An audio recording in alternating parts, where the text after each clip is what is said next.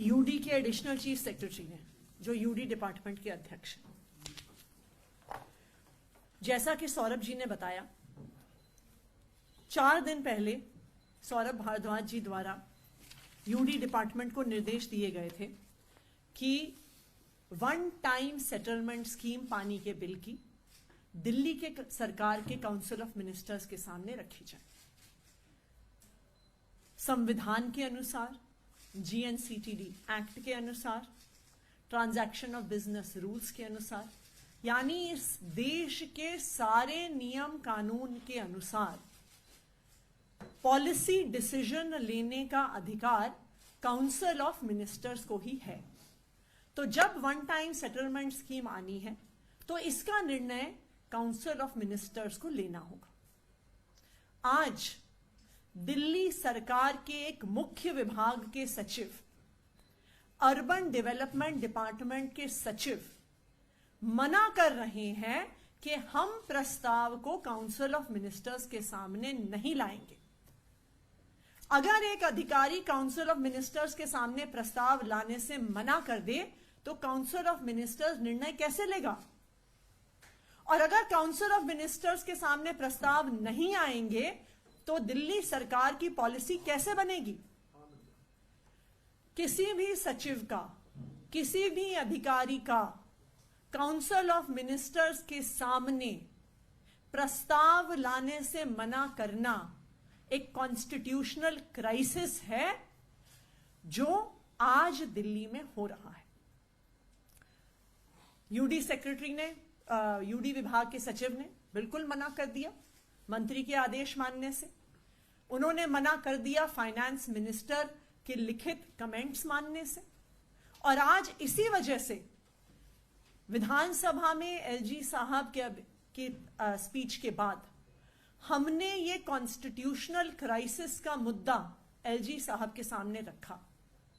LG साहब constitutional head हैं government of NCT of Delhi की, इसलिए इस कॉन्स्टिट्यूशनल क्राइसिस को रिजॉल्व करने के लिए मुख्यमंत्री जी ने, यूडी मिनिस्टर ने और मैंने ये दलील एलजी साहब के सामने रखी कि अगर इस प्रकार का कॉन्स्टिट्यूशनल क्राइसिस क्रिएट किया जाएगा, अगर अफसर मंत्री की डायरेक्शंस नहीं मानेंगे, काउंसिल ऑफ मिनिस्टर्स के सामने प्रस्ताव नहीं लेकर आएंगे तो सरकार नहीं चल सकती है।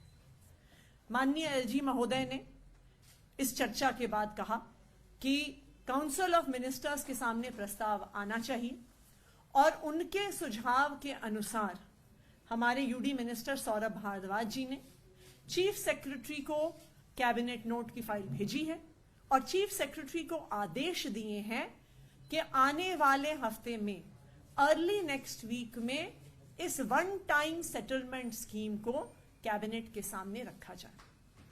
हम उम्मीद करते हैं कि जो डायरेक्शंस चीफ सेक्रेटरी को दी गई हैं, माननीय मंत्री जी द्वारा दी गई हैं और एलजी साहब द्वारा दी गई हैं, उन डायरेक्शंस के आधार पर इस वन टाइम सेटलमेंट स्कीम को काउंसिल ऑफ मिनिस्टर्स के सामने रखा जाएगा। आज मैं सभी मीडिया के साथियों के माध्यम से दिल्ली के लोगों को यह बताना चाहती हूं कि यह कॉन्स्टिट्यूशनल क्राइसिस, यह संवैधानिक संकट दिल्ली में क्यों हो रहा है? यह संवैधानिक संकट दिल्ली में जीएनसीटीडी अमेंडमेंट एक्ट की वजह से हो रहा है। जीएनसीटीडी अमेंडमेंट एक्ट के बाद आज दिल्ली सरकार के अफसरों को लगता है कि उनको चुनी हुई सरकार के आदेश मानने की जरूरत नहीं है। उनको लगता है कि अफसरों पर सारा कंट्रोल तो केंद्र सरकार के पास है, भारतीय जनता पार्टी शासित केंद्र सरकार के पास है। तो अगर चुनी हुई सरकार, आम आदमी पार्टी की सरकार, अरविंद केजरीवाल जी की सरकार के साथ मिलकर काम करेंगे तो भारतीय जनता पार्टी शासित केंद्र सरकार उन्हें छोड़ेगी नहीं। अफसर आके दबी जबान में मंत्रियों को अलग अलग तौर पे बताते हैं कि हमें धमकाया जाता है, हमें डराया जाता है कि अगर चुनी हुई सरकार के साथ काम किया तो तुम्हें सस्पेंड कर देंगे, तुम पे विजिलेंस इंक्वायरी कर देंगे, तुम्हारी एसीआर खराब कर देंगे, तुम्हारी प्रमोशन नहीं होने देंगे, तुम पर एंटी करप्शन ब्यूरो का केस कर देंगे। तो इसलिए आज के दिन में यह संवैधानिक संकट पैदा कर दिया गया है कि चुनी हुई सरकार के आदेश को अफसर नहीं मान रहे।